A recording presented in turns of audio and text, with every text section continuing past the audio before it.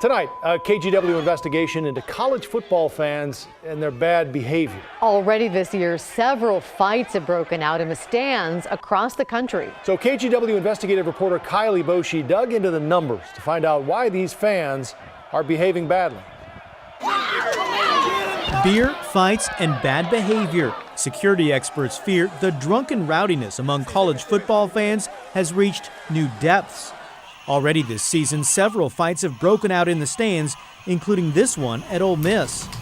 So to find out the extent of the problem, KGW requested security records from all 128 major college football programs across the country. The records show last season, 3,778 fans were ejected.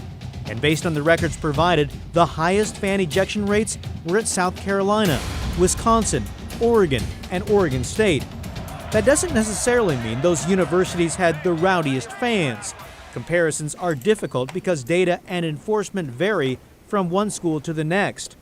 No surprise, though, most of the misconduct involved alcohol. Basically, just watching the crowd, making sure no one's drinking. At Reser Stadium in Corvallis, roughly 38 Oregon State police troopers, along with private security, monitor thousands of fans. See the two guys in the orange shirt with the tan pants right in the middle up towards the top? I'm the next one over. Security has eyes on every corner of the stadium, including surveillance cameras. It's kind of like trying to run a mini city for about 4 hours. If there's trouble, police move in. In this case, a pair of fans who were ejected earlier returned, say police. So they were evicted. They're taken here to a small nondescript room on the edge of the stadium. It's called the exclusion room. These are the fans that we've identified that have either been drinking or have drank too much, what we call over-intoxication. By halftime, nearly 30 fans are ejected from the game. Most are minor alcohol-related infractions. No arrest, no citation. They're asked to leave. But there have been serious incidents. In 2008, a fan fell over the railing after a scuffle at Autzen Stadium in Eugene. I got the fan on the stretcher now, and it appears to be out cold, too. In addition to alcohol, there's another factor that could influence fans behaving badly, explains sports psychologist Brian Baxter. Some people may feel greater anonymity when surrounded by a big crowd. You just lose yourself to the group, and your morals kind of erode, and your individual responsibility erodes. And you're more likely to do something you would never do. It's difficult to say which school has the most unruly fans because the data is so varied.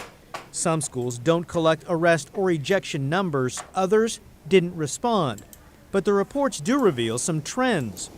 Stadium security ejected the most fans on the first home game of the season, rivalry games, and homecoming. More fans were thrown out during evening kickoffs than day games. Earlier in the day, fewer alcohol issues. Later in the day, there's a little bit more time to drink ahead of time. It's tough to say if fan behavior has actually gotten worse or if social media has just amplified the problem. Tailgating has always been tradition at college football games, but now this drunken behavior is being shared over and over. Kyle Aboshi, KGW News. Some schools say they've actually seen a decline in fan ejections, and they attribute that to selling beer in the stadium. They say it has reduced binge drinking at tailgates. We have much more on this story. You'll find that at kgw.com.